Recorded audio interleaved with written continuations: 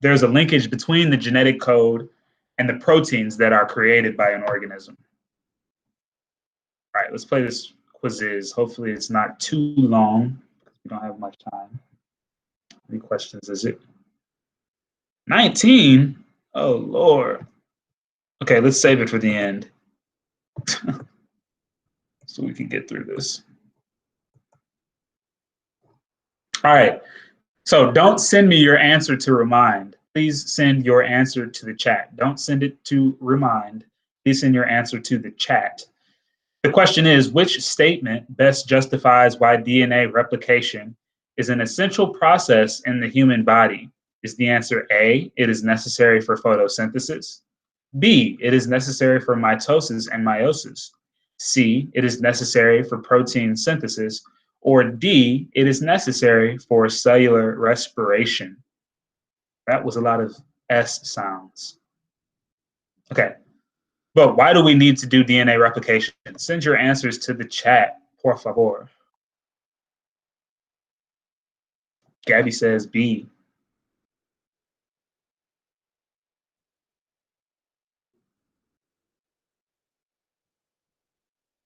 Anybody else?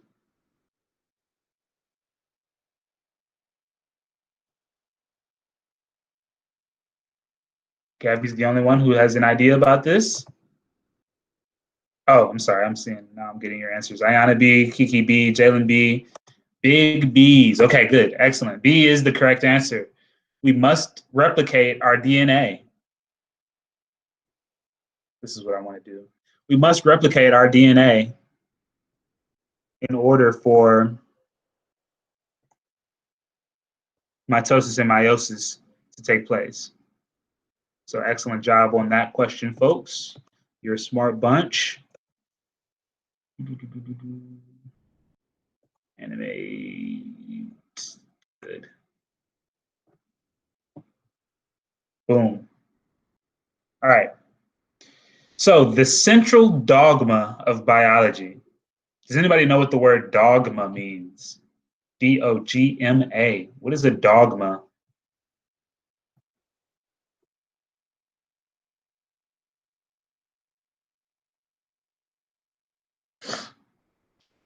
Any ideas about what dogma means?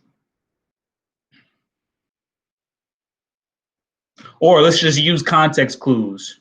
What do we think the phrase central dogma of biology means?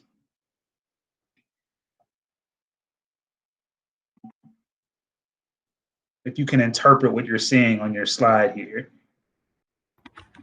Is it like a principle or something? Excellent. Yes. Thank you, Castro. Good job. So a dogma just means it's some sort of principle that is proven to be true, or at least it's as close to proven true as possible. You can't really debate about a dogma. All of our currently existing evidence tells us that this thing is true. All right. And we call this process the central dogma of biology because this principle is so important to our understanding of how life works that it's potentially the most important concept in the study of life.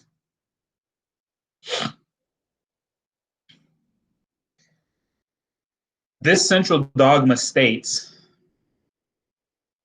that genes, which are made up of DNA, code for the proteins that our cells make. They are the instructions to make proteins. And additionally, proteins are what give you, or what give an organism its traits.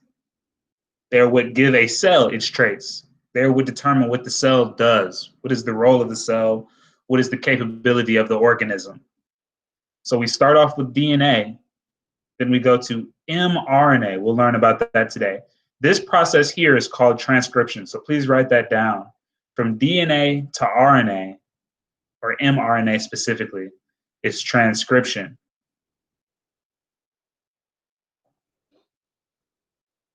Then, from RNA to amino acids, which are the building blocks of proteins, is a process called translation. We can see translation happening here. we've got these tRNAs that are stringing together amino acids. So step one, transcription. My DNA is getting read, and a string of mRNA is being produced. That mRNA is then going to be translated into amino acids.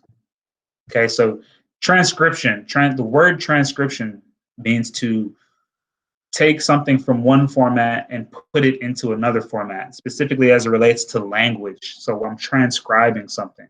That would be like if I hear Kiki sing a song and I write down the lyrics of the song. Same language, but instead of it being orally produced, now I'm writing it down on paper. I've transcribed it. And then that would be similar to if Ayana then translates the lyrics that I wrote into a totally different language. So when I transcribed it, it's the same language between Kiki and I, but then between Ayana and I, Ayana's translating it into a different language. In this case, the language that we're talking about, this first language in transcription, is the language of nitrogen bases, your A's, your T's, your C's, your G's, and your U's. So they're speaking the same language here. But then when we get translated, we're going from nitrogen bases to amino acids. That's a different language. Transcription's first, then translation. Okay, we're going to talk much more about this. But this is probably the most important concept in the study of life. Question, what is a cell's primary purpose? I've said this before, but maybe I didn't emphasize it enough. What is a cell's primary purpose?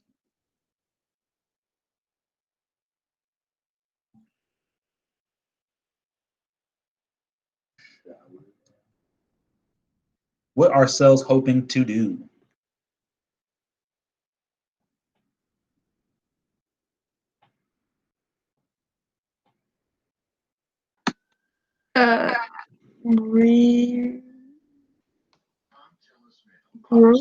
Grow.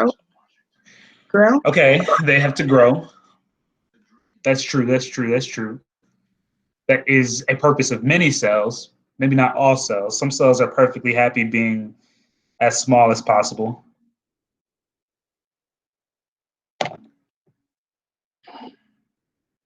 Okay, we know that reproduction is extremely important as well.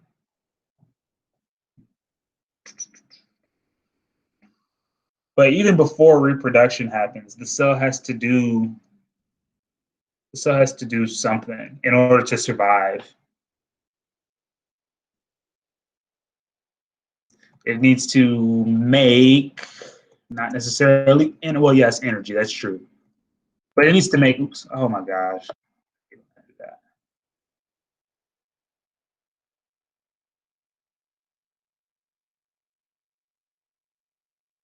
Okay. It needs to make proteins. All cells need to make proteins. This is why all cells have ribosomes. Proteins are absolutely essential to life. We need proteins in our membranes. We need proteins to make up the train tracks on which things in the cell are able to move. We need proteins in order for cells to communicate to one another. We need proteins to be able to fight off infection. So cells' primary job is to make these proteins. They spend most of their lifespan making proteins, and then they spend some of their lifespan reproducing as well. And of course, as Gabby said, they do need energy. So those were all good answers. But the primary purpose of cells, all types of cells, is to make proteins.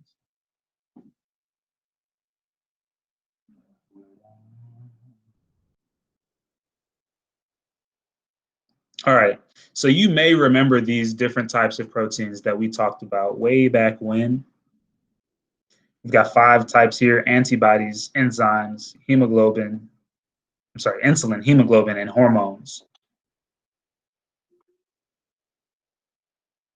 But do you remember what these things do? Does anybody remember what an antibody does? And this is, of course, hot button topic right now in the age of COVID. What do antibodies do? Don't antibody. Well, I'm not sure what the actual definition is, but don't they have something to do with help? Not I don't know how to say it, but You're on the right track. With something with bacteria. Excellent. Yes. Yeah. They help our body to fight off pathogens like bacteria and viruses. So they aid in the body's immune response. When our body gets exposed to a virus or a bacteria the first time, our body's kind of like, I'm not sure, that guy looks suspicious, but I'm going to let him in. And then our body experiences a sickness, and it's like, oh, not going to allow that to happen the next time. So these antibodies are what allow our bodies to recognize bacteria and viruses. When our bodies get exposed to these bacteria and viruses, we develop specific antibodies so that we don't experience a sickness the next time. All right, this is why it's so important that people who have tested positive for COVID and who have survived try to donate some of their blood plasma, because the plasma has antibodies in it, and we can use it to give to other people who are battling COVID sickness, and it can help their body ward off the virus.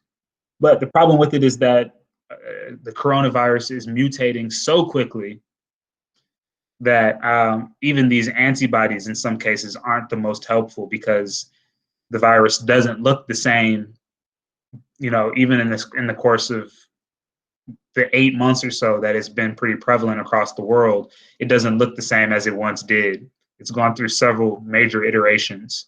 Just like the flu, right? Yes, just like the flu, exactly. This is why you need a flu shot every year, because there are different strains of the flu. The flu mutates very, very easily. So we need to introduce new antibodies every year. All right. What about enzymes? What do those things do? You guys should remember that one. It creates like a chemical reaction to our body and it speeds up. It speeds up the chemical reactions, exactly. What is the function of insulin?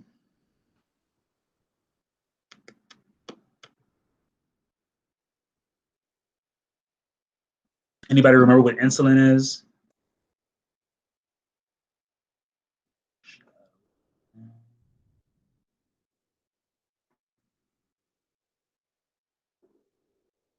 Glucose, yeah. So insulin is needed to regulate glucose levels in the body. Excellent, Gabby. So insulin is actually a specific hormone. And what happens is that you eat a Snickers bar or you eat an entire bag of Skittles. Maybe I'm talking about myself here, but no judgment. But when you take in sugar in your body, your cells rely on insulin to communicate to your liver and to your stomach and say, hey, we've got a high level of sugar coming in. We need some insulin the insulin communicates to your cells like, hey, you need to start getting ready to absorb some of this glucose, because the glucose does not get broken down almost immediately. Glucose is a carbohydrate, which means it's quick energy. If we don't quickly break down that glucose, then it ends up being stored in your body as glycogen, which is not a good thing. So we need insulin to signal our bodies to say, hey, it's time for you to get ready to break down some of this glucose, use it as energy. If not, it gets stored as glycogen, which is essentially fat. All right, hemoglobin. Oh, I'm sorry. You all knew that one though. Hemoglobin is needed to carry oxygen in our body's red blood cells. So that's really, really, really important.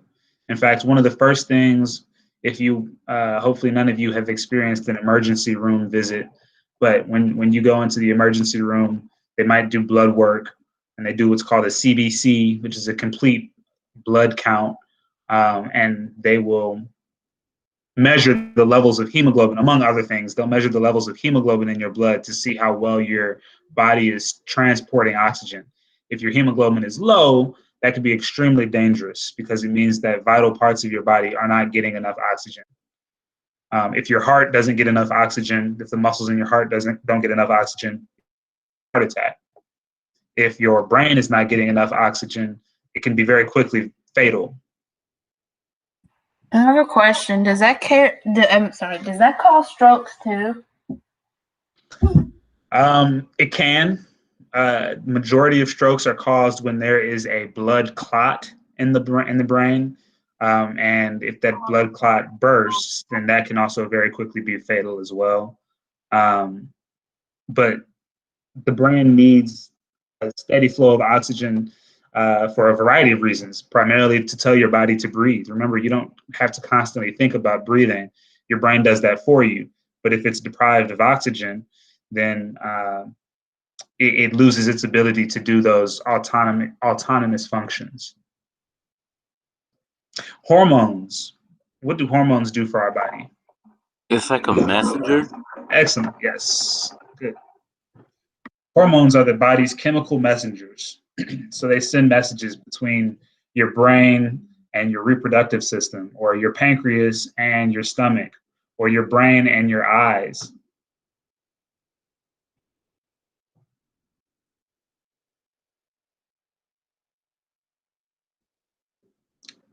So there's a specific part of your brain called the pituitary gland, which produces many of these hormones, and it sends them out to other parts of the body to say, hey, it's 10 o'clock, the sun is out, it's time to start getting ready for bed.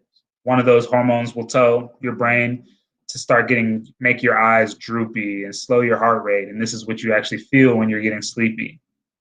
Or there's another hormone that says, hey, this person is 13, 14, 15 years old, it's time for them to start getting ready to reproduce. So it sends a message to your reproductive system, and your reproductive system starts producing other hormones like testosterone, estrogen, LSH, which is luteinizing stimulating hormone, and all these changes start going on in your body. Your voice gets deeper if you were a person born male. Your hips may get wider if you were a person born female. You start to produce more hair, so on and so forth.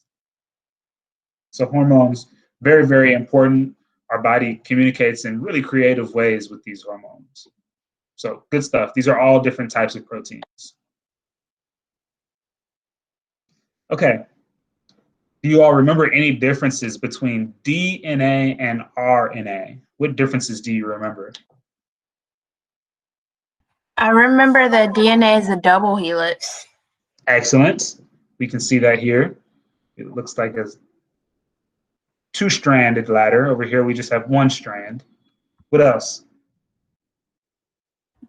That the T in DNA is a U and RNA. Excellent. So we've got thymine in DNA, but we have uracil in RNA. Good job. Anything else?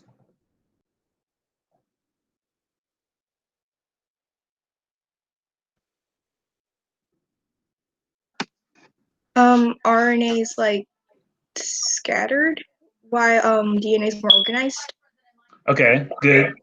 So the fact that DNA is organized in this double helix makes it much more organized versus RNA, which is just kind of a strand of nucleotides, it's not as organized. Good job. All right. So here's some other differences. Ayana already told us that RNA is single-stranded, whereas DNA is double-stranded. DNA stands for deoxyribonucleic acid, and that's because we've got a deoxyribose sugar. What is the sugar in RNA called? And just drop off the deoxy. So what's this sugar called here?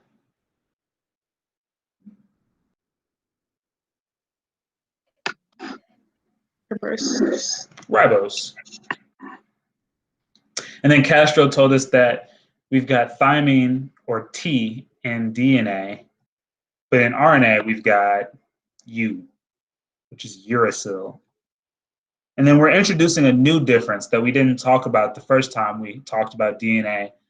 A new difference is that DNA is only DNA. It doesn't have any sub-classifications.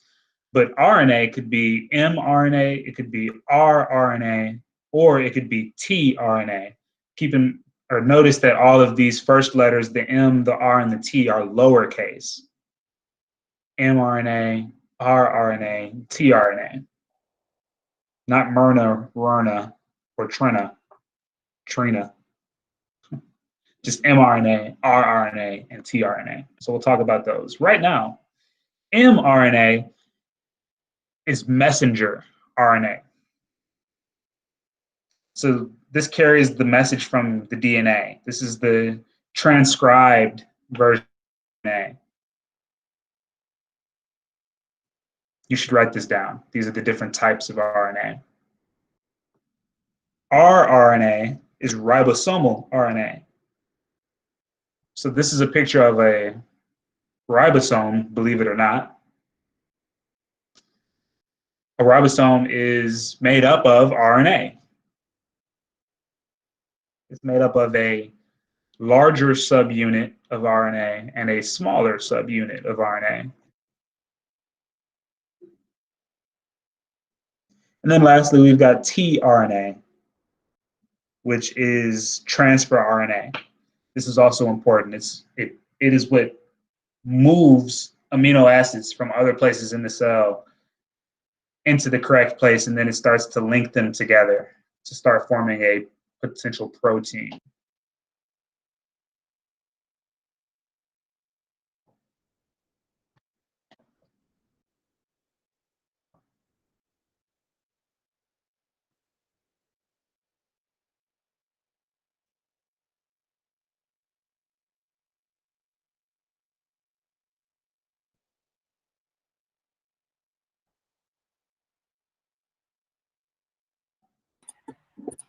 I have a question about what's after chemistry. Yes. What's after chemistry? So you only are required to take, in order to graduate, you're only required to take 3 science classes: earth and environmental science, biology, and then you can take either chemistry or you can take physical science. Physical science is like half of chemistry and then half of a little bit of physics, not much. Boy, something with math. There is a little bit of math in physical science, yeah. There is math in chemistry too, though.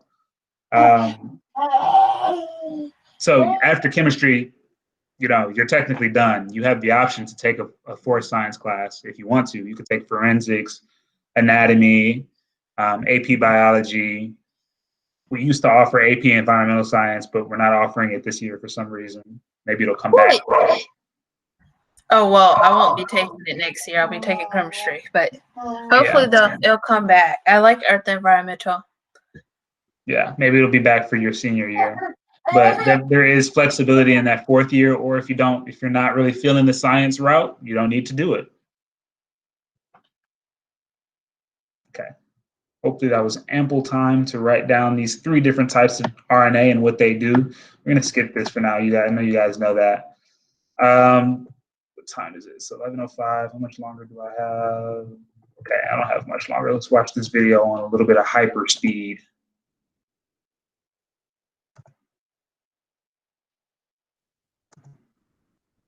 Here is a cell, the basic unit of all living tissue. In most human cells, there is a structure called the nucleus. The nucleus contains the genome. In humans, the genome is split between 23 pairs of chromosomes. Each chromosome contains a long strand of DNA, tightly packaged around proteins called histones. Within the DNA are sections called genes. These genes contain the instructions for making proteins. When a gene is switched on, an enzyme called RNA polymerase attaches to the start of the gene. It moves along the DNA, making a strand of messenger RNA out of free bases in the nucleus. The DNA code determines the order in which the free bases are added to the messenger RNA. This process is called transcription. Before the messenger RNA can be used as a template for the production of proteins, it needs to be processed. This involves removing and adding sections of RNA. The messenger RNA then moves out of the nucleus into the cytoplasm. Protein factories in the cytoplasm, called ribosomes, bind to the messenger RNA. The ribosome reads the code in the messenger RNA to produce a chain made up of amino acids. There are 20 different types of amino acid. Transfer RNA molecules carry the amino acids to the ribosome. The messenger RNA is read 3 bases at a time. As each triplet is read, transfer RNA delivers the corresponding amino. This is added to a growing chain of amino acids. Once the last amino acid has been added, the chain folds into a complex 3D shape to form the protein.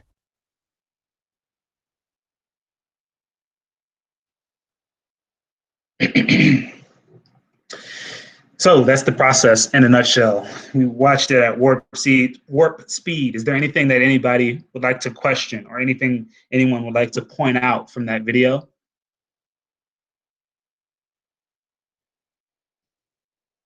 So does this happen all the time, or does this happen when we're born, or? This happens all the time in your cells. Every cell has to produce proteins, and this is the process of doing that.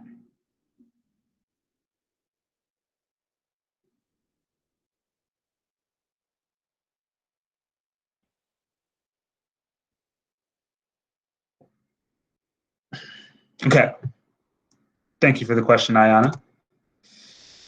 So the first step of this protein synthesis process is called, the first step of this protein synthesis process is called transcription. This is when we convert DNA into an mRNA message. We can see that happening in this animation down here. Well, we'll see it when it restarts. It's going to be a while. Okay, so here's the mRNA reading the DNA. And along the way, it's going to start producing a strand of RNA. It's making its complementary strand of RNA with U's instead of T's. And that strand of RNA you can see is now coming out of the ribosome. I'm sorry, coming out of RNA polymerase, not the ribosome. Again, this process, just like DNA replication, is happening either in the nucleus, if we're talking about a eukaryotic cell, or in the cytoplasm, if we're talking about a prokaryotic cell. So here are the steps of transcription. We've got to unzip the DNA yet again. Does anybody remember the name of the enzyme that does the unzipping? We talked about it yesterday.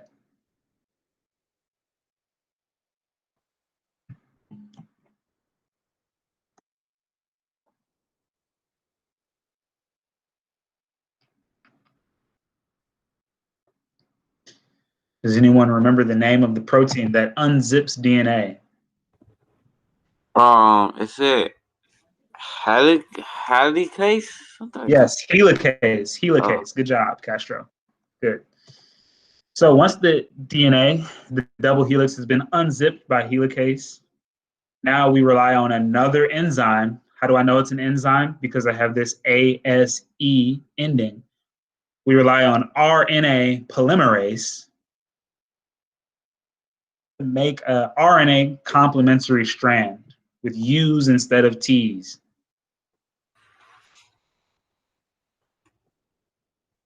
And then this mRNA is going to leave the nucleus and travel to the cytoplasm where it can be used to make a protein.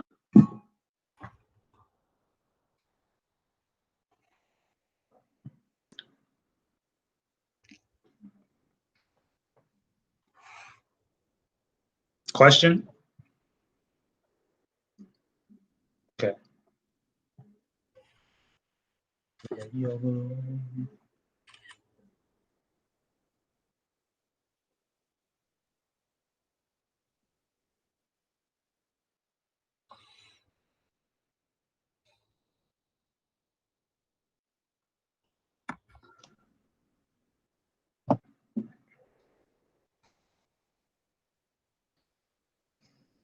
So, I'm guessing grades, they're closing after the midterms, after that week, I guess. Yeah, yes. I think our grade books will be closed on the 16th, which is next Friday. And then report cards will be sent out. Yeah, and then report cards will be sent out shortly thereafter.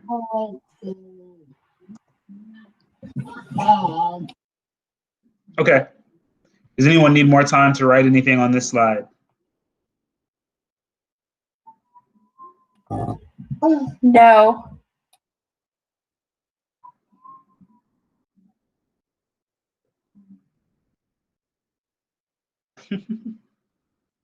Okay, so transcription is like decoding a text message. Okay, we're still writing in the same language, but we're writing it in a slightly different way. We're transcribing it. So in your notes, I want you to write down these 2 strands of DNA. And I also want you to transcribe them into RNA. Remember, RNA does not have T's, it has U's. So any place where you see an A, you should transcribe that to a U, not a T. Wait, you mean anywhere you see a T, not an A? So this A should be complemented by what? What should be down here? A T. No, not a T. We're But if talking it's about RNA, RNA. it would be U. Oh, Yeah. a U. U, yes. So take some time to write out these strands and try to transcribe them in your notes before I show the answers.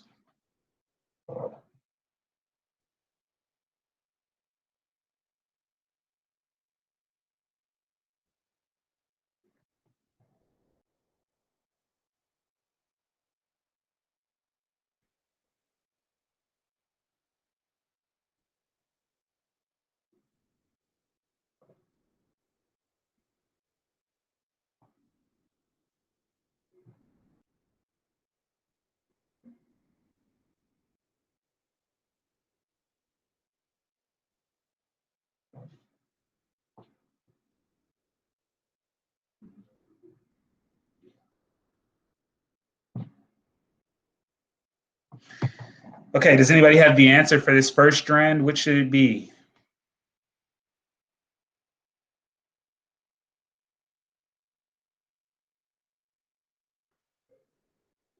Any thoughts about what this first strand should say? Is it RNA? Are we going to do like the RNA first or DNA? RNA. We're doing RNA. Transcribing. Okay.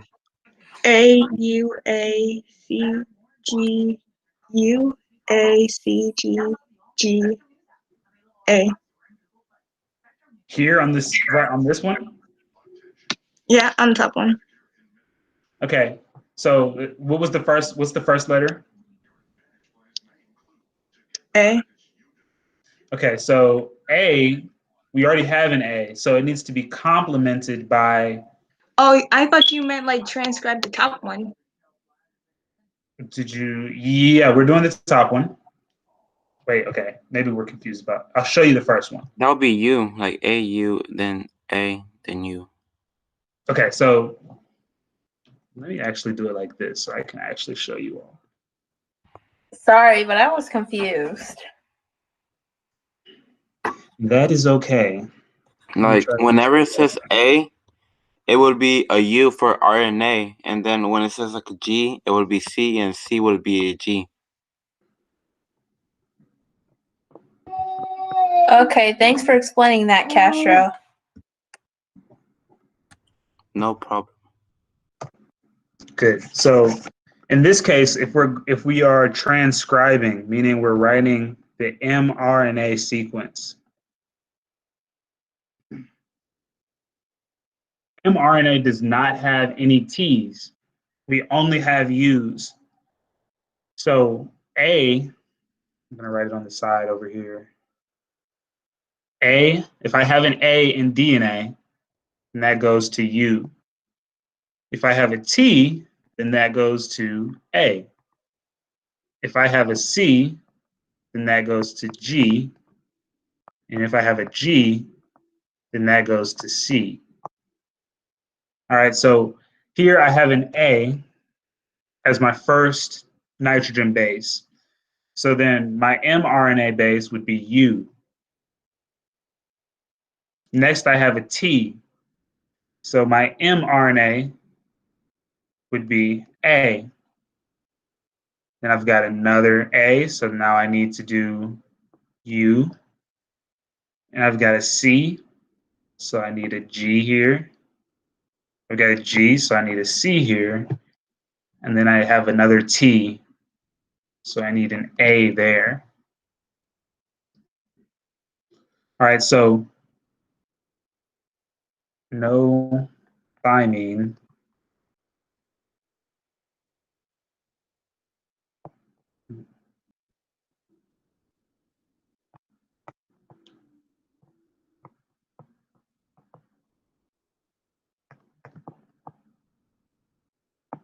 Boom.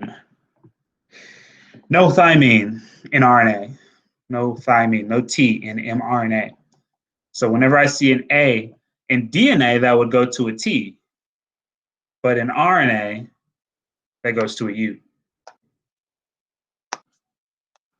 Okay, so with this knowledge, this is what you probably should write down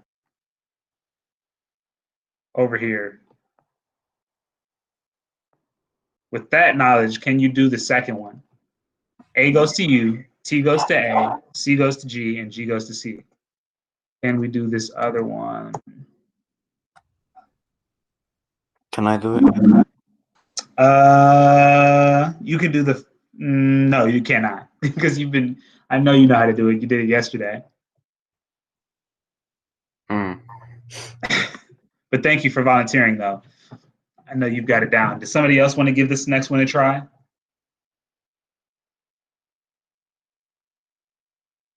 U, G, C, C, U. You got your C, you did these three right. You did these four right. You said G, C, C, U.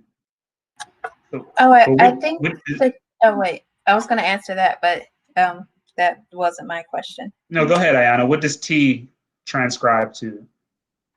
It transcribes to an A. Excellent. So we should have A, G, C, C, U. And then Kiki, do you want to pick back up?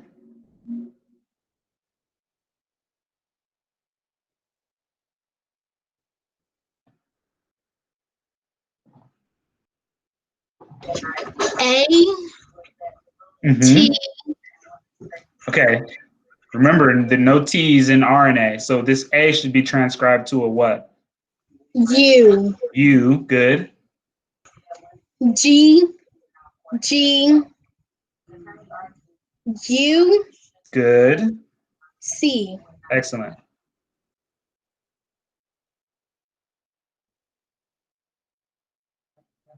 Good. So this is what you should have when thinking about transcribing.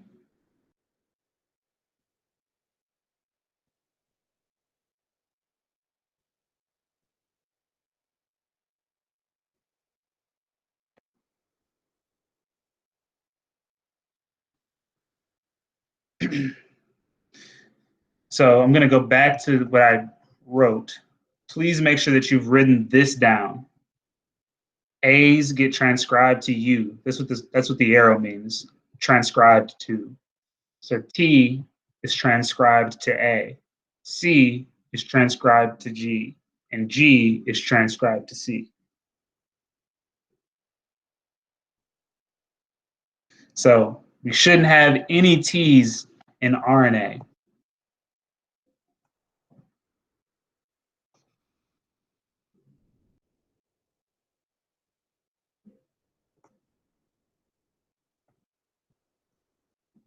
So this side is DNA. This side is mRNA.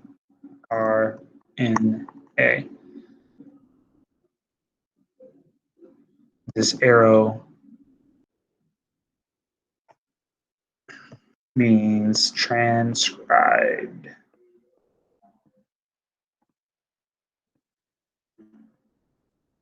Two.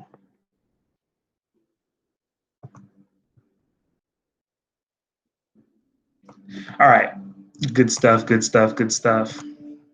So that's it. We have 13 minutes left. You're going to get a lot more practice with our asynchronous activity for the day, the transcription practice activity. So go ahead and knock that out. You should be able to get both the exit ticket and the transcription practice done before 11:35.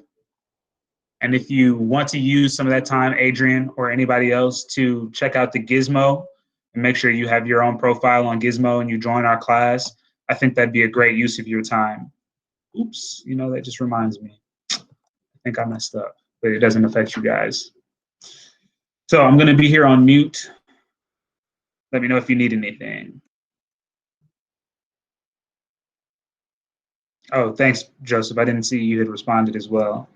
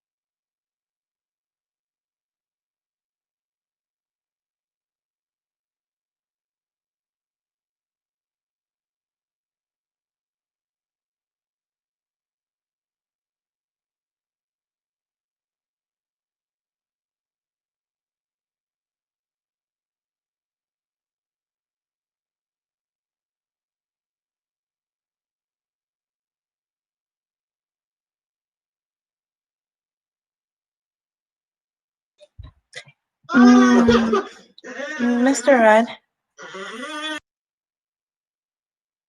Yes. Yes, hello. Sorry, I'm here. For number 4, I don't understand how that's the correct answer. Don't worry, I already finished the test. What assignment are you talking about?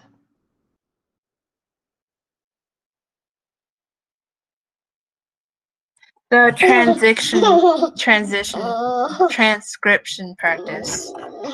Not the test, sorry. Okay, let me see.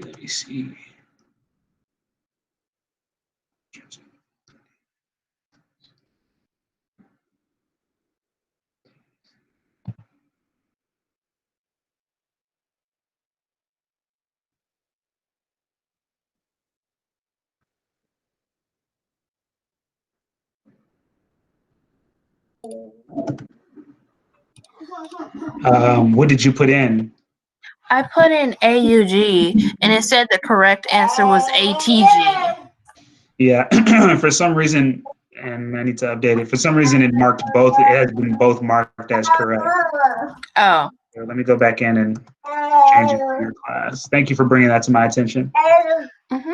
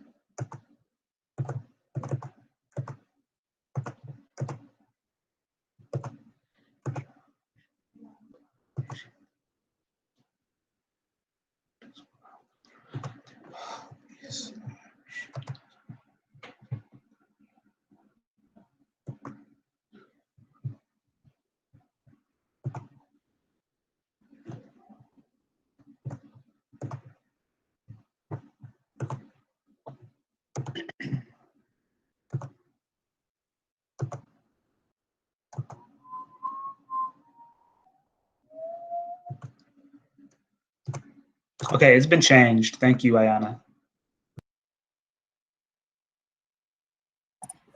No problem.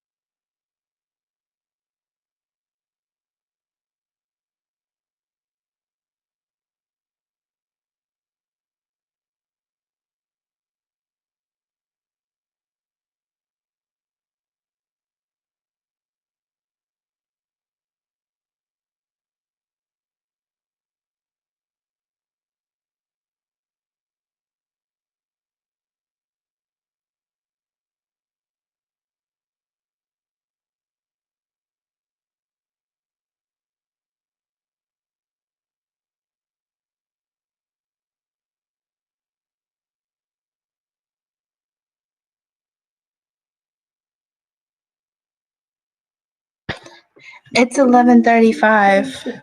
We can go ahead and leave. Yes, thank you. I'm sorry, I was wrapped up in an email I was sending. I appreciate you. I will talk to you all tomorrow, and let me know if you need any help.